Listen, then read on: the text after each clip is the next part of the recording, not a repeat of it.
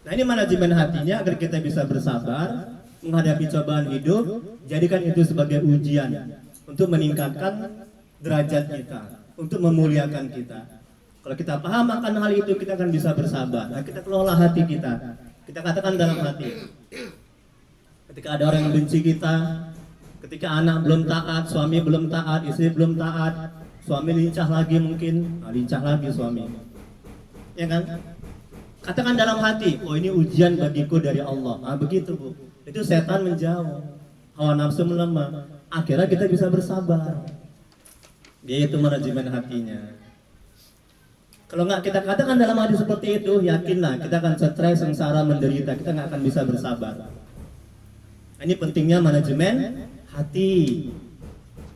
Karena Rasulullah SAW bersabda yang artinya bahwa di dalam tubuh ini ada segumpal daging. Betul? Ini sangat masyhur hadis ini kan? Ya kan Pak Indra?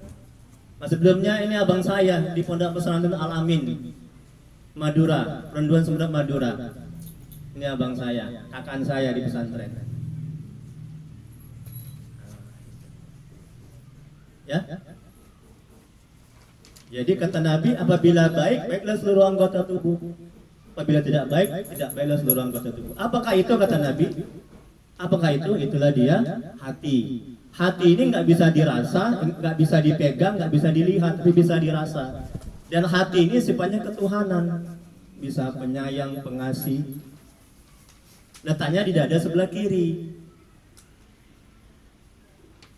Kalau hati itu baik, baik seluruh anggota tubuh kita, mata, akal, pikiran akan menjadi baik. Tapi kalau hati ini penuh dengan penyakit hati, dengki, iri, tamak, rakus, senang melihat orang susah, susah melihat orang senang. Betul, tetangga beli kulkas dia yang kedinginan, ya bu. Tetangga yang pangkat dia yang out nama, ya bu. Ya, banyak gitu kan?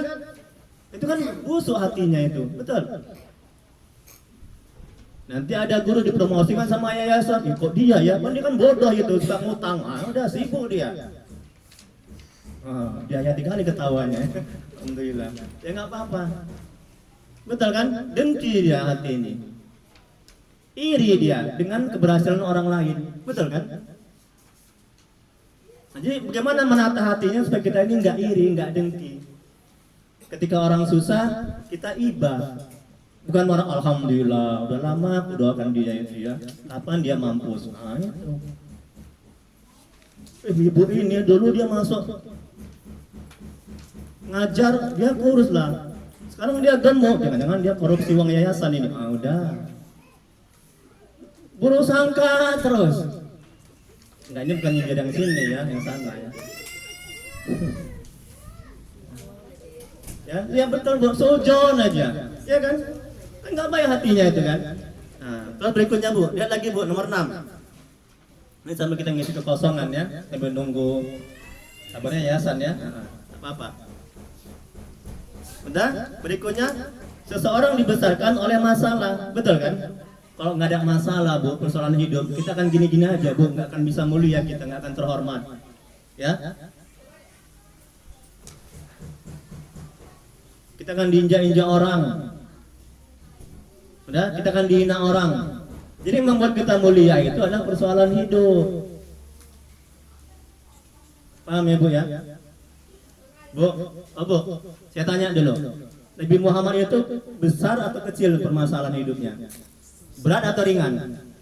Jawablah bu, jawab pak, berat apa ringan? Nabi itu tengok, dibilang orang gila, betul? Dicaci, dihina, betul? Pak Indra, dijauhkan, diboikot, betul bu? Tapi tengok, makin mulia apa makin hina dia? Masya Allah, tengok kan? Ya, itu contoh kita. Jadi jangan stres, jangan kecewa, jangan sakit hati, jangan mau bunuh diri. Ada jemaah saya yang ngebunuh diri, nggak tahan dia, nggak sanggup menghadapi cobaan hidup. Istrinya lari, nangis-nangis dia, curhat sama saya. Lama jadi ustadz banyak yang curhat. Kenapa bisa begitu? Karena dia nggak terampil memanage hatinya, manajemen hatinya. Ya. Dia menganggap persoalan hidup itu merupakan ajab, membuat kiamat, membuat dia mati. Padahal kalau persepsi kita benar dan bagus ketika mendapat persoalan hidup, kita nggak akan sakit hati, kita nggak akan stres. Makanya juga berat ringannya suatu musibah itu bergantung persepsi kita di awal. Kalau persepsi kita bebanlah jadinya. Kemudian berikutnya Bu, lihat lagi Bu. Ini lagi Bu tadi. Dan seseorang ketika mendapat masalah, jangan persepsinya beban. Tapi masalah adalah sebuah aset bagi kemuliaan seseorang. Betul kan? Masalah itu bukan neraka. Ya. Bukan kiamat.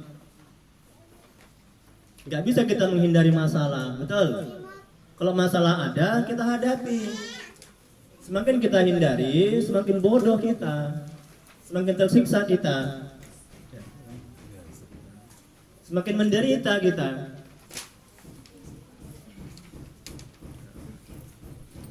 Jadi kita hadapi, kita bersabar.